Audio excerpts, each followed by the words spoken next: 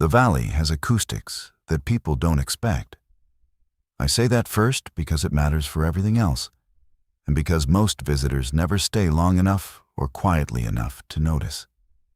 Yosemite Valley is roughly 7.5 miles long, about a mile wide at the floor, and walled on both sides by 3,000 feet of granite. Sound doesn't behave normally in there. It reflects off El Capitan, off Cathedral Rocks, off the face of Half Dome, and comes back to you changed. A shout can return 3, 4, 5 times, each repetition slightly different from the last, because the geometry of the walls isn't uniform. The first echo comes off the nearest face. The second comes off a more distant wall at a different angle. The third, if conditions are right, seems to come from somewhere you can't identify at all. I spent 11 years with the National Park Service, the last 4 of those at Yosemite, assigned primarily to Valley District operations, Protection Ranger, Law Enforcement Commission, Emergency Medical Certification, all the acronyms.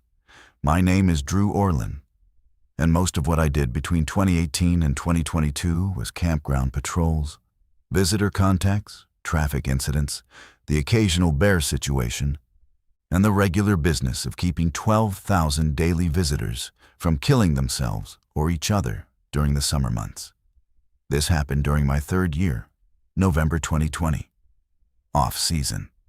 Most people don't think about Yosemite in November. The big campgrounds, North Pines and Upper Pines, had closed for the season in October. Housekeeping camp was shut down. The shuttle wasn't running its full route. Visitation dropped to maybe 500 or 600 people a day, sometimes fewer, and the valley felt like a completely different place. You could drive Northside Drive and not see another vehicle for 10 minutes. You could stand in El Capitan Meadow and hear the Merced River from half a mile away. In summer, you can barely hear someone talking next to you over the traffic and the crowds and the shuttle buses. November in the valley is also when the walls start doing strange things with sound. The deciduous trees along the river have dropped their leaves, which removes one layer of absorption. The waterfalls are mostly dry or reduced to thin ribbons, so the constant white noise of falling water that blankets everything from April to July is gone. What you're left with is granite, air, and whatever sound enters the space. The valley becomes essentially a resonance chamber. I'm explaining this because I need you to understand that what I'm about to describe did not begin with something supernatural. It began with something acoustic, something measurable, something that, in the right conditions, has a perfectly adequate physical explanation, right up until the point where it doesn't. If you've spent time watching accounts of strange events on public land, or if you pay attention to the kind of work people actually do in places like this, you might find this worth hearing. Ashwarden horror covers the kind of incidents that don't fit neatly into official reports. And if that's the sort of thing that keeps you listening, subscribing means you won't miss the next one. I need to back up to early November, the 5th or 6th. I was on the evening shift, which during low season ran from 2 in the afternoon to midnight. Staffing was thin. During peak summer, Valley District might have 8 or 9 protection rangers on at any given time, plus seasonal employees, plus wilderness rangers filtering back from the backcountry. By November, we were down to 3 per shift, sometimes 2 plus a supervisor. My patrol area that evening covered the east end of the valley, Curry Village down to Happy Isles, and then back west along the south side, past Cathedral Beach to the Pohono Bridge area. Around 9:30, I was parked at the Curry Village day use lot, finishing an incident report from earlier in the afternoon. A fender bender near the chapel, nothing serious, just paperwork. The lot was empty except for my truck, and one employee vehicle belonging to someone working the front desk at the remaining open lodge building. It was about 42 degrees, overcast, no wind.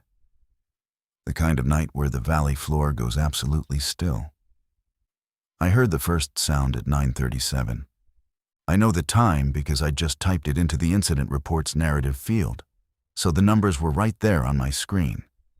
It was a single, sharp crack. Loud.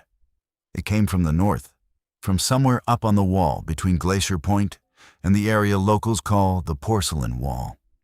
My first thought was rockfall. The valley gets rockfalls year-round, but they're more common in winter and spring. We'd had a few days of rain followed by freezing temperatures, which is exactly the cycle that levers rocks loose, water getting into the joints and expanding as it freezes. I've heard dozens of rockfalls. The initial crack of separation, then the rolling, accelerating roar as the material comes down. Then the deep, concussive thud when it hits the talus slope at the base. Sometimes the whole sequence takes 3 or 4 seconds, sometimes longer. This was just the crack. No roar, no impact sound. Just the sharp break, then silence. Then the echo came back. Off El Capitan, roughly. The timing was right for the distance. A clean return of the original crack, slightly softer, slightly smeared by the travel. Then the second echo from the south wall. Longer delay, more diffuse. Normal. Then the third. The third echo was wrong.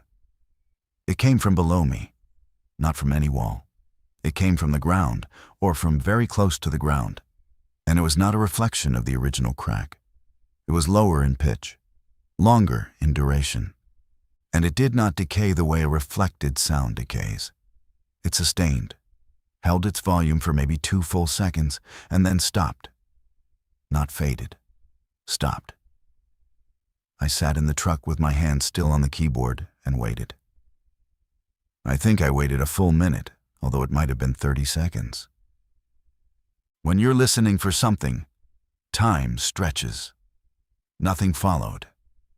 I finished the incident report, noted the sound as a possible rockfall in my patrol log, and continued my shift.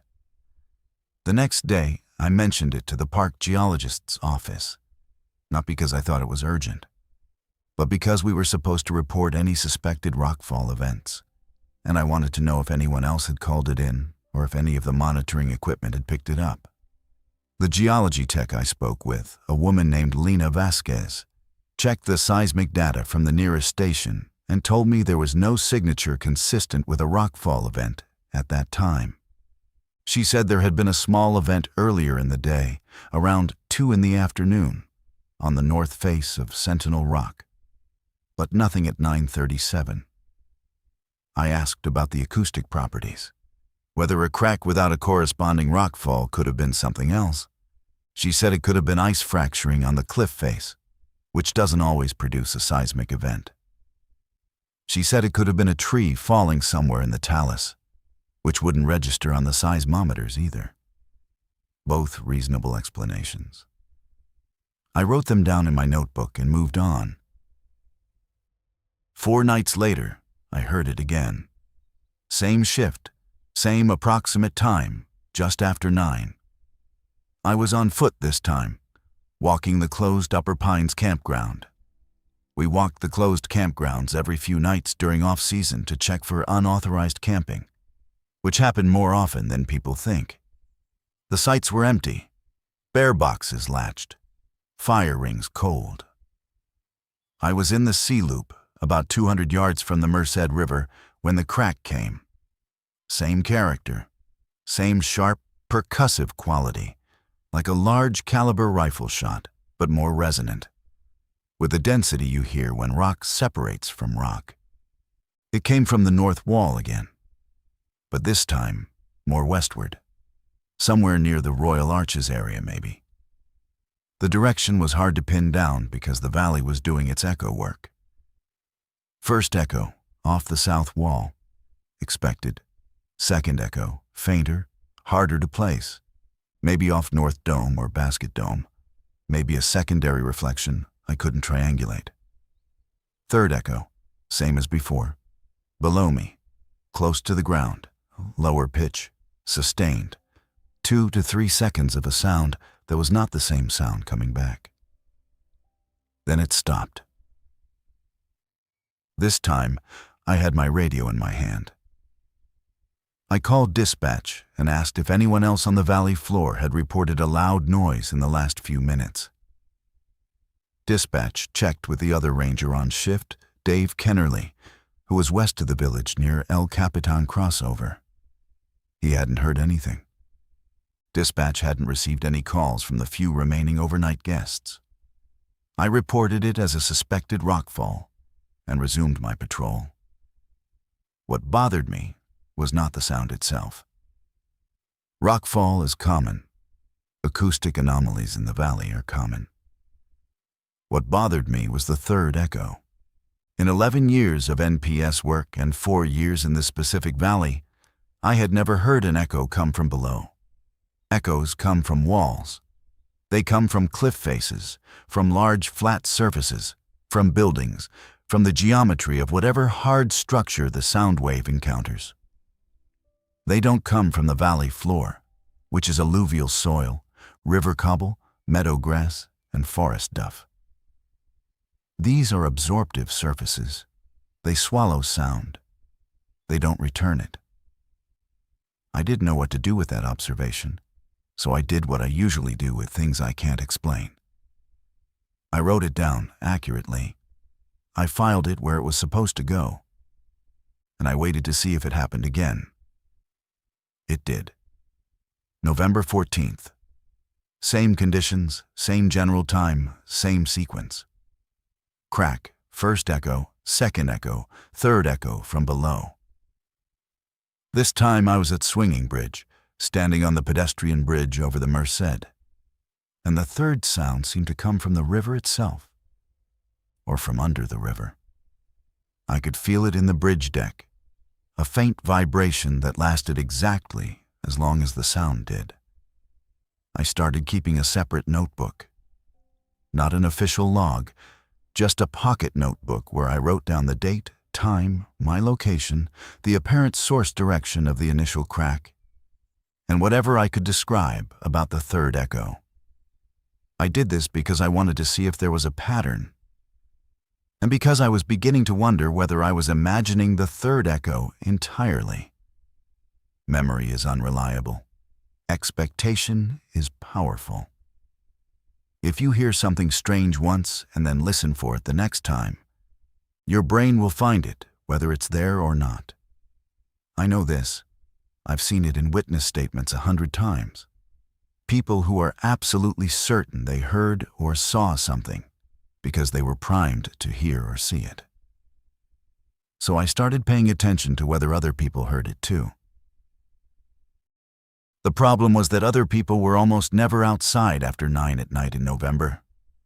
The valley was empty. The few visitors still around were inside their rooms at Yosemite Valley Lodge or the Ahwahnee. The maintenance staff were gone by 6.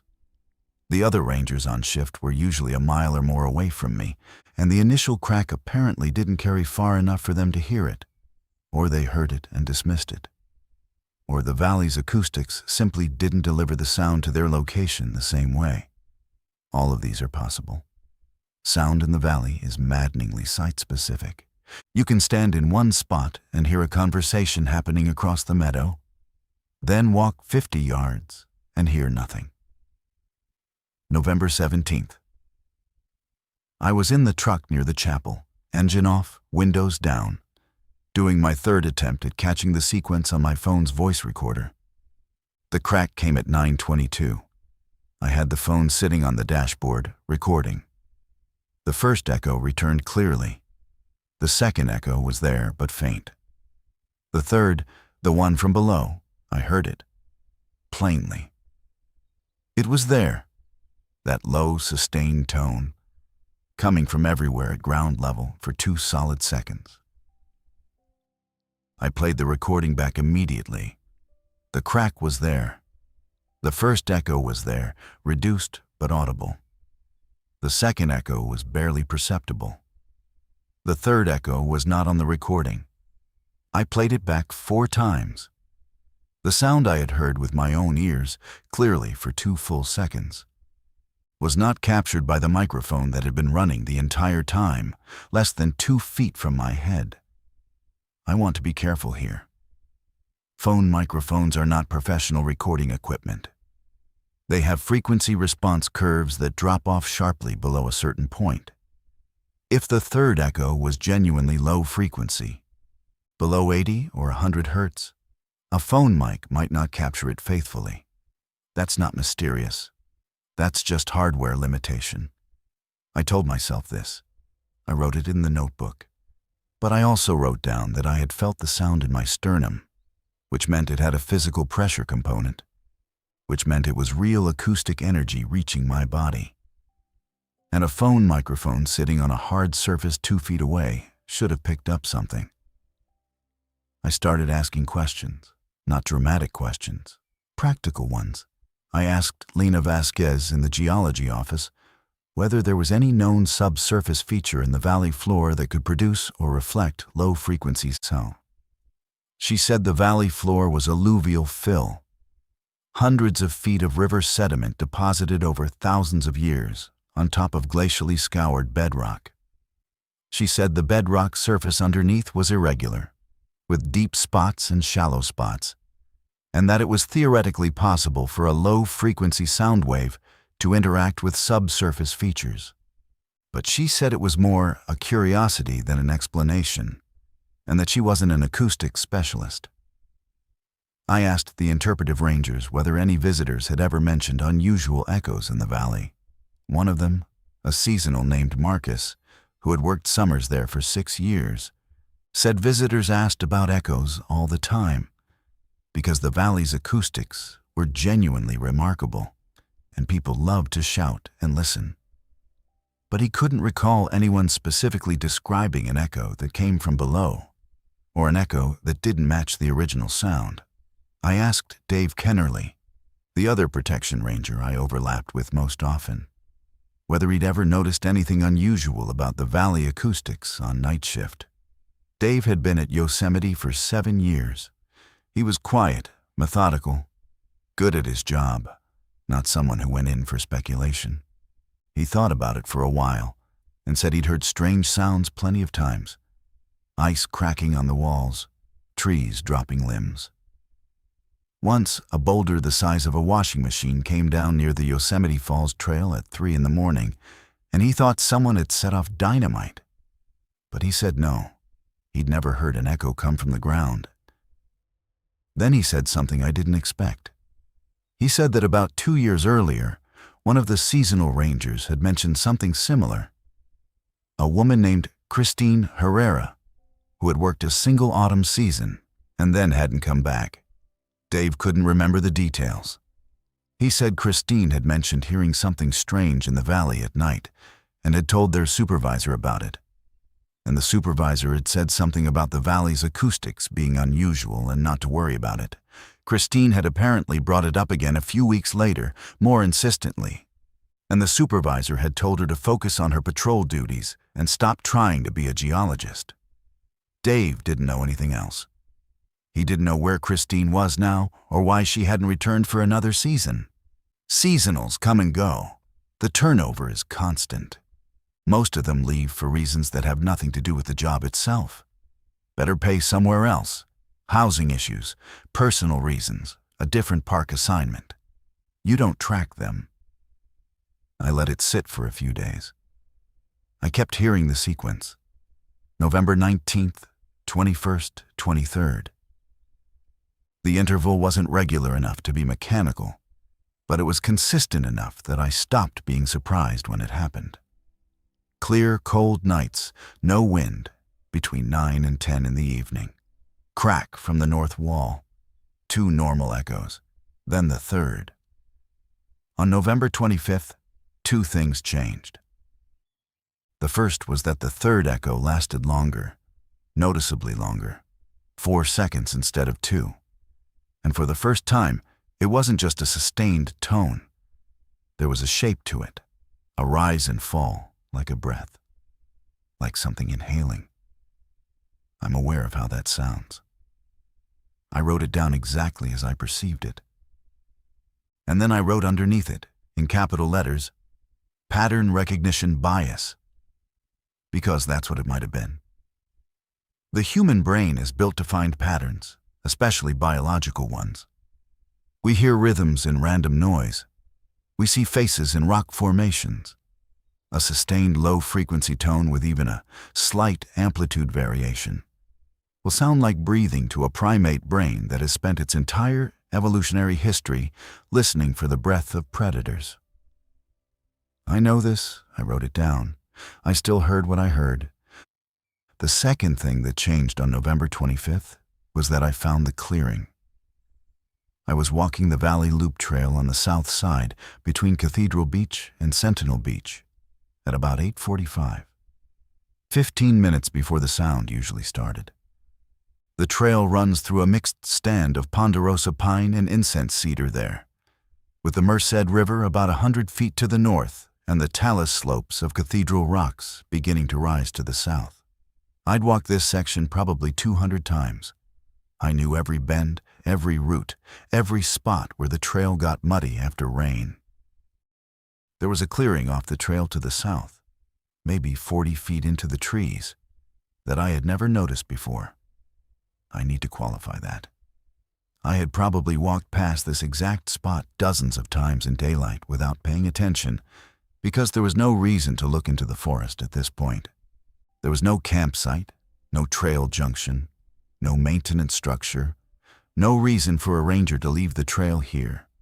The clearing could have been there for years, decades, and I would never have registered it because it wasn't relevant to my job. But on the 25th, walking in the dark with my headlamp, I noticed that the trees simply stopped for a space. Not a meadow, those are obvious and mapped. Not a blow-down gap where you can see the fallen trunks, just an area, roughly circular, maybe 50 feet across, where no trees grew. The ground was flat, covered in the same pine needle duff as the surrounding forest. No stumps, no signs of cutting, no evidence that trees had ever been there and been removed. I walked into it because I was a ranger, and unexplained clearings in the forest are the kind of thing I was supposed to notice and, if necessary, investigate.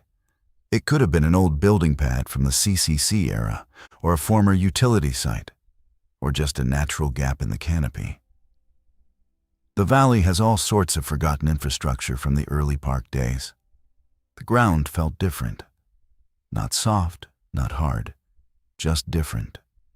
A slight springiness that didn't match the surrounding forest floor, which was compact and firm from decades of needlefall on settled soil. This ground had a give to it, like walking on a gym mat covered in pine needles. I knelt down and pushed my hand into the duff. Under about 2 inches of needles, I hit something solid. Not rock, not concrete, something smooth and slightly warm. Warm. The air temperature was 38 degrees. The ground temperature should have been in the low 40s at most. What I was touching was warmer than my hand. I pulled my hand back and stood up. I checked my watch. 8:51. I walked back to the trail, continued my patrol, and at 9:18 the crack came from the north wall. First echo, second echo, and the third echo, the one from below, was louder than I had ever heard it. It seemed to center on the place I'd been standing 9 minutes earlier. I stood on the trail and listened to it sustain for what my count put at 6 seconds, rising and falling with that breath-like cadence, and then it stopped. I did not go back to the clearing that night. Part 2. I went back in daylight. November 26th, my day off. I drove into the valley around 10 in the morning, parked at the Cathedral Beach picnic area, and walked the trail south side until I found the spot. It took me longer than I expected. In daylight, with the sun hitting the south wall and the whole forest lit up, in that thin November gold, the clearing was harder to see. The trees didn't stop dramatically. They just thinned, gradually, until you were standing in an open space that your eye wanted to read as a natural gap. It didn't look wrong. It looked like one of those places where the canopy opens up for no particular reason, and you don't think about it. I found it by looking for my own boot prints in the duff from the night before. The clearing was, as I remembered it, roughly circular, about 50 feet across, ringed by mature ponderosa and cedar. No stumps, no cut marks, no evidence of human clearing. The ground was covered in a uniform layer of pine needles, maybe 2 inches deep. I knelt and brushed the needles aside. Underneath was rock. Smooth, pale granite, lighter in color than the typical valley floor boulders. It was flat. Not river-polished flat, not glacially scoured flat. Flat in a way that looked deliberate, like a floor. It was a single continuous surface as far as I could clear. No joints, no cracks, no seams. I cleared a patch about 3 feet by 3 feet and couldn't find an edge or a boundary. The granite just continued under the needles in every direction. It was not warm. In the midday sun, the rock was cool to the touch, maybe 50 degrees, consistent with the ambient ground temperature under 2 inches of insulating duff. Whatever warmth I'd felt the night before was not present at 10:30 in the morning. I spent about an hour there. I walked the perimeter of the clearing, looking for anything that might explain it. An old foundation, a pipe, a conduit, a survey marker. Anything that would tell me this was a known site. There was nothing. No markers, no tags, no paint, no blazes on the surrounding trees. I checked my phone's GPS and marked the coordinates. I took a few photographs of the cleared patch and the surrounding tree line. Then I covered the exposed rock with the needles I'd displaced, because I didn't want to leave an obvious disturbance that a passing hiker might investigate. And I went home. That evening, I spent 2 hours in the park's digital archives looking for any reference to a structure, facility, or geological feature at those coordinates. The valley has been surveyed, mapped, photographed, and documented almost continuously since the 1860s. If there was a building there at any point, there should be a record. If there was a utility installation, there should be a work order. If there was a known geological feature, it should appear on the bedrock maps. I found nothing. The spot fell within an area the Geological Survey map simply labeled as alluvial fill. According to every document I could access, the surface at those coordinates should have been river-deposited sediment, not exposed granite. The bedrock surface in that part of the valley was estimated to be somewhere between 60 and 200 feet below the current ground level. I was not a geologist. I want to be clear about the limits of what I understood. But I knew enough to know that a flat granite surface sitting at ground level in the middle of the valley floor, in a location where every survey said there should be 60 feet of alluvial sediment above the bedrock, was not something that had an easy explanation. Glacial erratics exist, large boulders deposited by retreating glaciers, but they're rounded, irregular, and they sit on top of the soil. They don't present as flat, seamless floors hidden under 2 inches of pine needles. I went to Lena Vasquez again. I didn't tell her everything. I told her I'd found an exposed granite surface near Cathedral Beach that didn't match the geological maps, and asked whether there were any known bedrock exposures on the valley floor in that area. She said there were a few places where the alluvial fill was thin enough for bedrock to be near the surface, mostly along the edges of the valley where the walls met the floor, but not in the middle. She said if I'd found one, it might be worth documenting, and she could take a look when she had time. She didn't sound alarmed. She sounded like a busy scientist being asked about a mildly interesting field observation by a law enforcement ranger who was probably mistaken about what he was looking at. I told her about the warmth I'd felt at night. She paused at that. She said granite doesn't retain heat well, and in November conditions it shouldn't be perceptibly warm to the touch after dark. She said if I felt warmth, it was more likely residual body heat from my own hand, or a misperception caused by the contrast between cold air and a slightly less cold surface. She said the human hand is not a good thermometer. She was right about all of this. I didn't argue. I did not tell her about the echoes. I didn't tell anyone about the echoes. I had no recording, no seismic data, no corroboration from another ranger, and no explanation that wouldn't make me sound like I was losing my grip. I was a protection ranger. My credibility was my primary professional tool. If I started telling people I was hearing sounds that came from underground and didn't show up on recordings, I would become a story people told in the break room, and my incident reports would start getting a second look for reliability. November 28th. I returned to the clearing at night, on shift, at 9:10. I brought a thermometer, a basic infrared unit I'd borrowed from the maintenance shop, under the pretense of checking a heating issue in one of the employee housing units. I also brought a compass, because I'd read somewhere that magnetic anomalies could be associated with subsurface geological features, and I wanted to rule that out. The clearing was easy to find in the dark.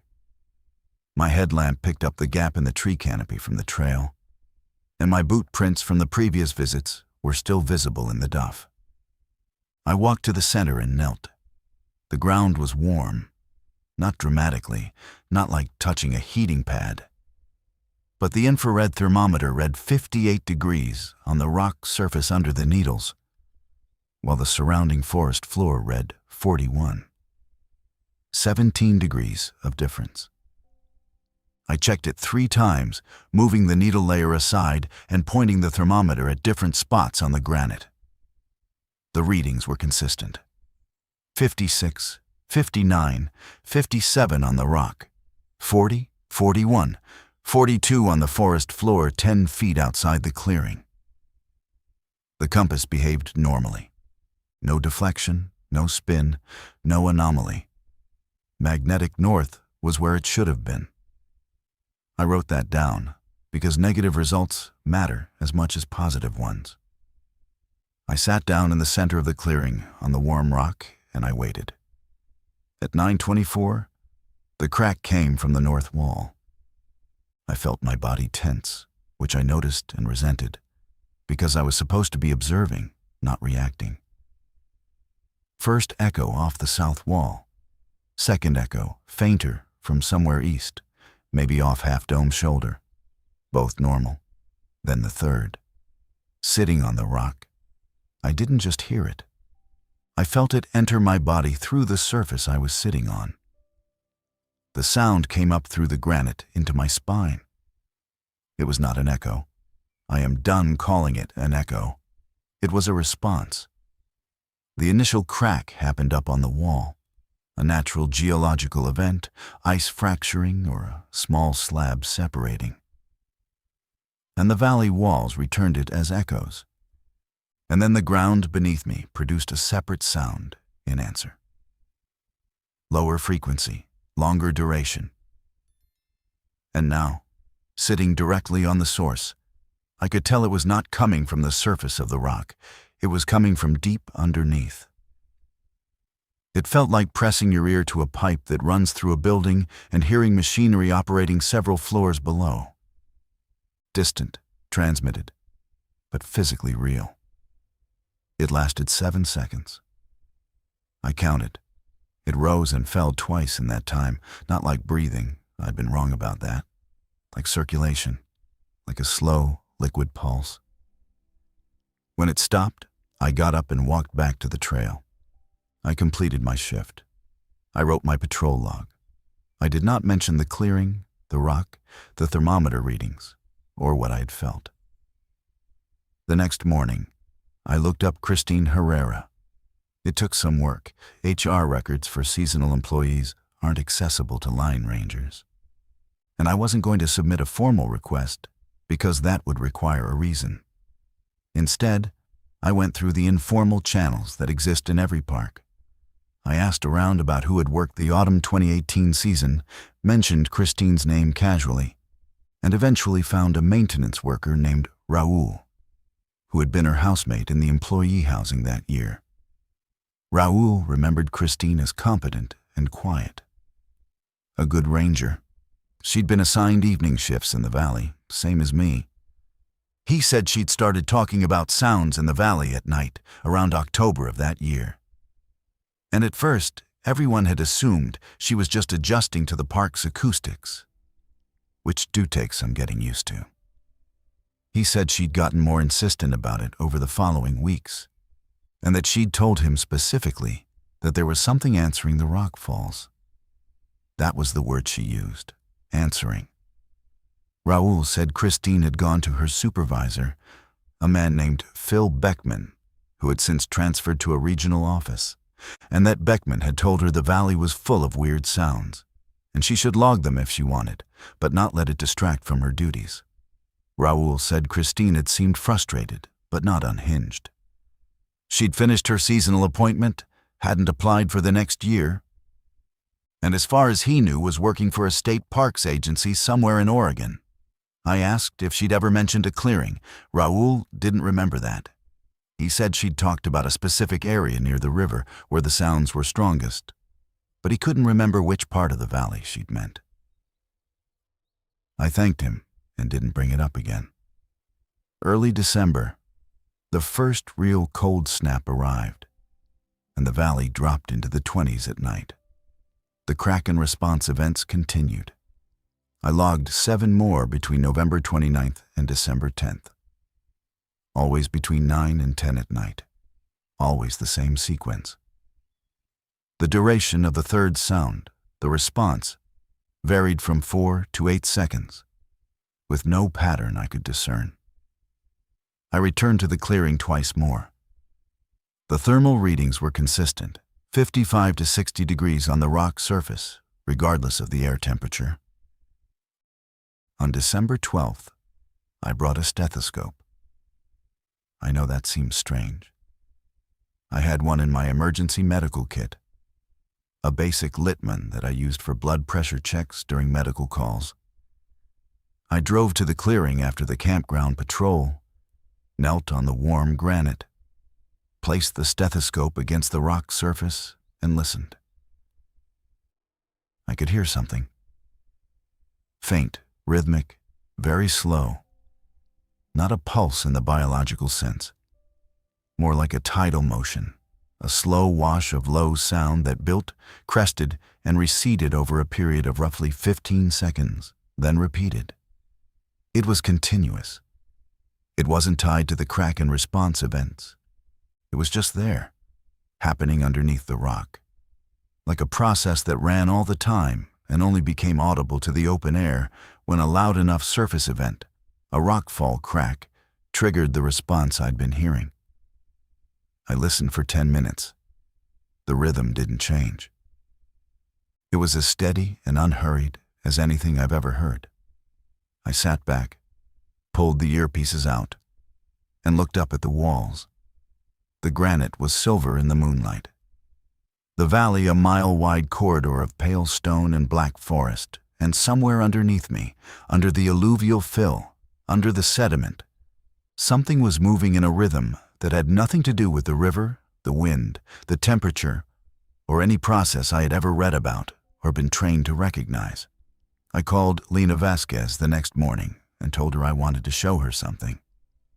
She had time that afternoon, and we drove to the clearing together. I showed her the granite exposure. She was genuinely interested in that. She crouched and examined the surface, ran her hand over it, and said the texture was unusual. Too smooth for a glacial erratic, too uniform for a natural exposure. She said it almost looked polished, which didn't make geological sense. She took a few samples from the edge where the granite met the soil, scraping material into labeled bags.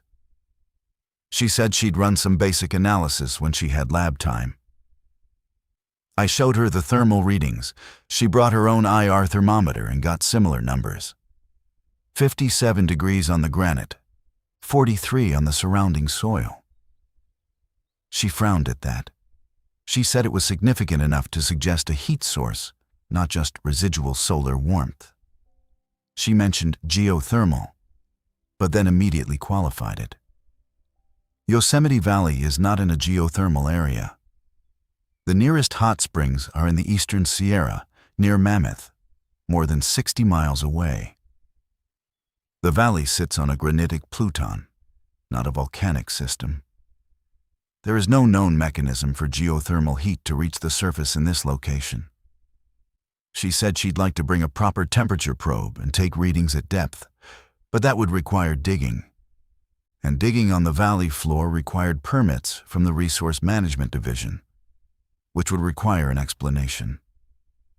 I told her about the sound. I didn't tell her about the echoes or the response pattern. I told her about the stethoscope and what I'd heard through the rock. She looked at me for a long moment, and I could see her calculating whether I was reliable. I let her calculate. She said she'd like to hear it herself, and we agreed to meet at the clearing that evening. We were there at 8:30, an hour before the crack events usually started. Lena brought her own stethoscope, a better one than mine, and a small portable seismometer that she called a geophone, which she said could detect vibrations in solid material that wouldn't register on the regional seismic network. She placed the geophone on the granite surface and plugged in her headphones. Within 30 seconds, she looked up at me. She didn't say anything for a while. She adjusted the instrument, moved it to a different spot on the rock, and listened again. "There's a signal," she said. "Low frequency, cyclical." She told me the period was approximately 12 to 15 seconds per cycle. She said the amplitude was small, but well above the noise floor of the instrument. She said it was not microseismic tremor, which she was familiar with, and not cultural noise from traffic or machinery, which would have a different spectral character. She recorded 6 minutes of data onto her laptop and said she needed to analyze it properly before she could say more. At 9:14, the crack came. We both heard it, the first echo, the second echo, and then the third. Lena was not sitting on the rock. She was kneeling beside the geophone, wearing headphones connected to the instrument. When the response came from below, she physically startled. She pulled the headphones off, looked at the granite surface, and then looked at me. "That was not a reflection," she said. "I know." The waveform initiated from below. The signal on the geophone preceded the airborne arrival by approximately 200 milliseconds. It started underground and propagated upward. I didn't say anything to that. I let her sit with it the way I'd been sitting with it for 3 weeks. She packed up the geophone and the laptop. We walked back to the trail in silence. Before we got to the parking area, she stopped and said she wanted to be careful about this. She said she would analyze the data, compare it against known phenomena, and then we could talk about what to do next. She said she didn't want to report something to Resource Management that had a mundane explanation, because her credibility mattered to her career. And she was junior enough that one bad report could follow her. I understood that completely. I told her to take whatever time she needed. 3 days later, she called me. She said the cyclical signal was real and consistent with a resonating fluid body at depth. She said the response event, the third echo, was consistent with a coupled harmonic excitation, where an external percussive event at the right frequency triggered a sympathetic response in the subsurface feature. She said the closest analog she could find in the literature was volcanic tremor associated with magma chambers. But she was emphatic that there was no volcanic context here. The chemistry was wrong, the geology was wrong, and the heat signature was too low by an order of magnitude. She said the rock samples from the clearing were granodiorite, consistent with the valley's parent Pluton. But the surface polish was not consistent with any natural weathering process she knew. She said it looked like the surface had been worn smooth by sustained fluid contact over a very long period, the way river rocks are polished. But the rock was at ground level, not in a watercourse. She said she didn't know what it was. I asked her what she wanted to do. She was quiet for a long time on the phone. Then she said she wanted to take one more set of readings before she decided. She wanted to use a longer period geophone and record through an entire night to see how the signal behaved over time, not just during the response events, but during the quiet intervals. We went back on December 18th. She set up the equipment at 7 in the evening, and we planned to retrieve it in the morning. We weren't going to stay all night.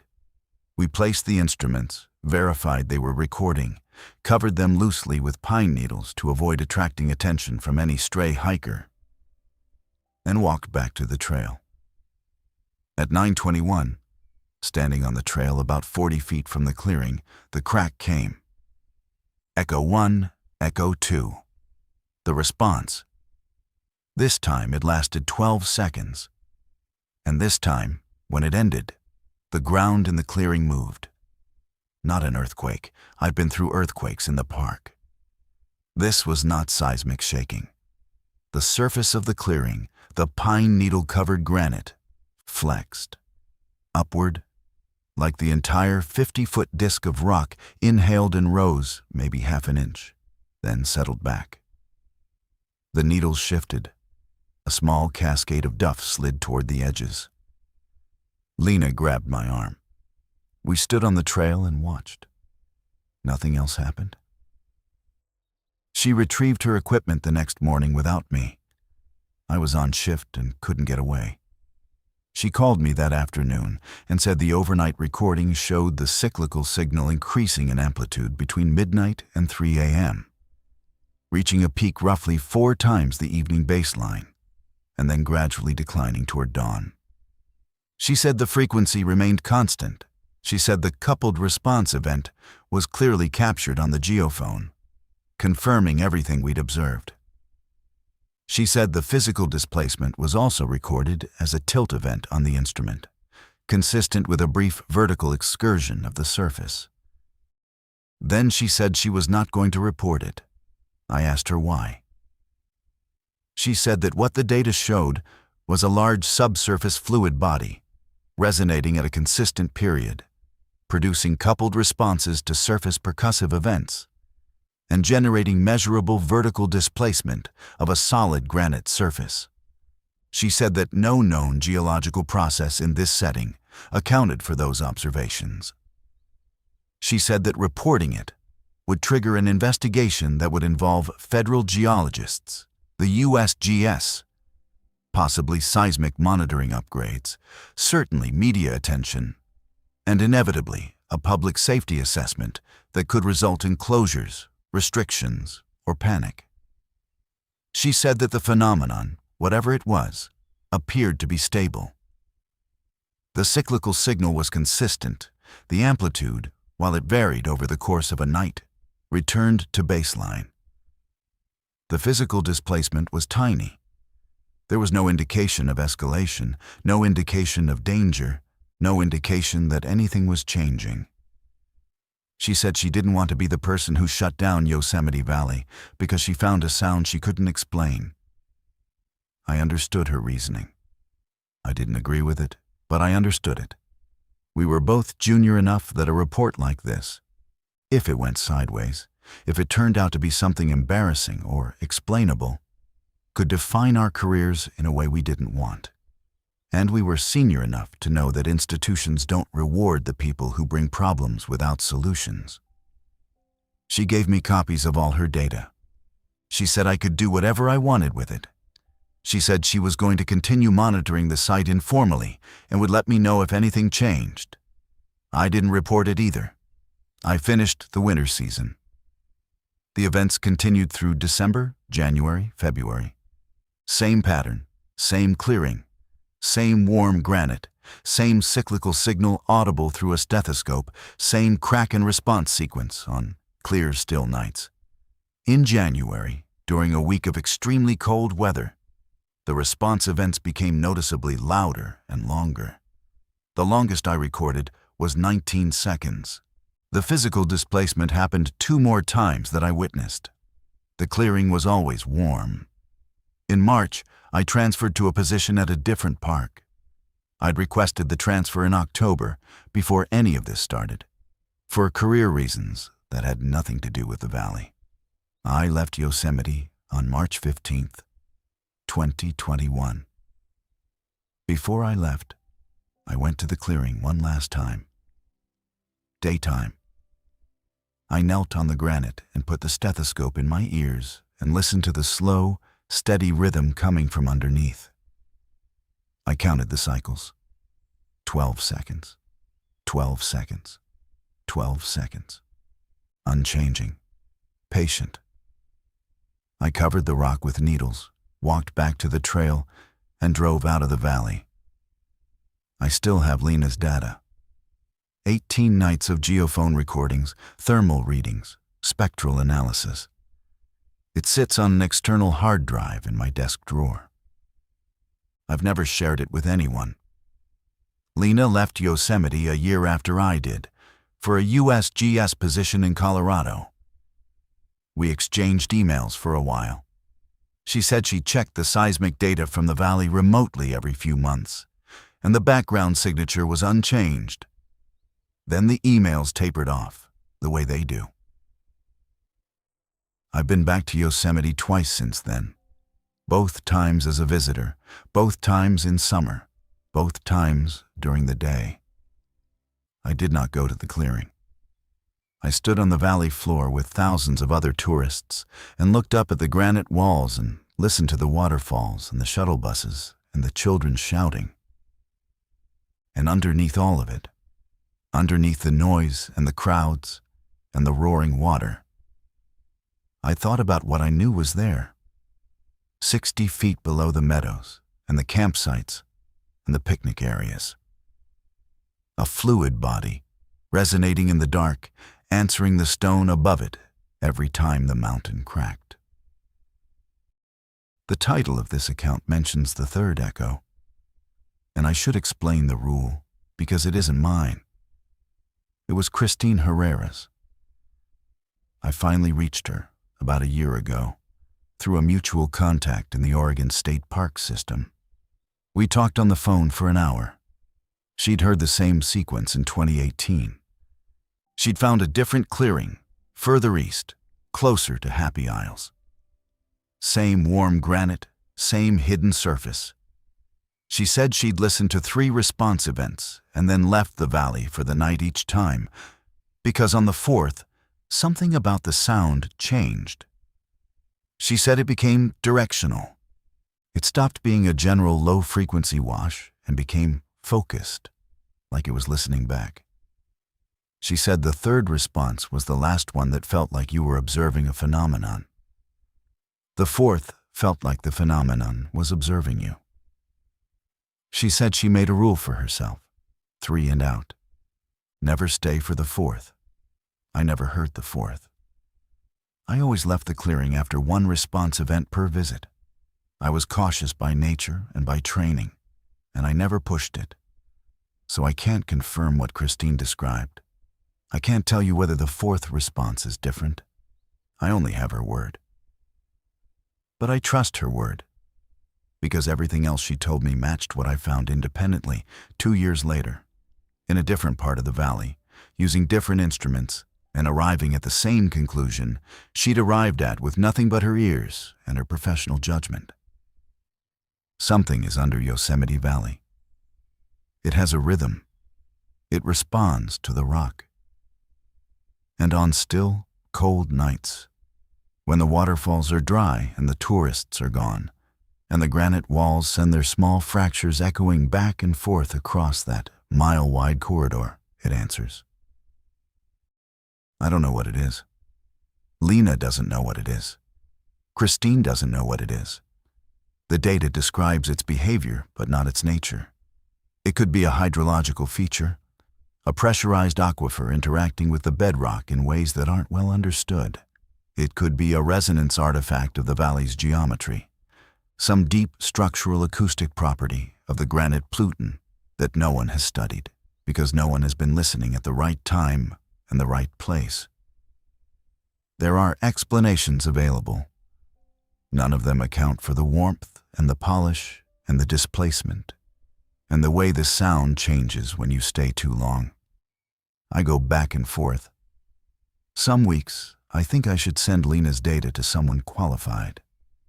A geophysicist, a volcanologist, someone with the instruments and the authority to actually investigate. Other weeks, I think about what Lena said, that the phenomenon appears stable, and that the valley has been sitting on top of it for as long as anyone has been measuring, and that maybe the right thing to do is let it be. And then I think about the 12-second cycle, how steady it was, how patient, how it felt through the stethoscope like something waiting. And I think about the fact that the valley floor is slowly, constantly being reshaped by the Merced River, and that alluvial fill shifts, compacts, and erodes over centuries, and that 60 feet of sediment is not a permanent barrier. It's a temporary one on a geological timescale, and whatever is underneath it has been there longer than the sediment has. I don't stay in the valley after dark anymore, not because I'm afraid, because I heard 3, and that was enough to know that something heard me back, and I don't need to know what it says when it decides to say more.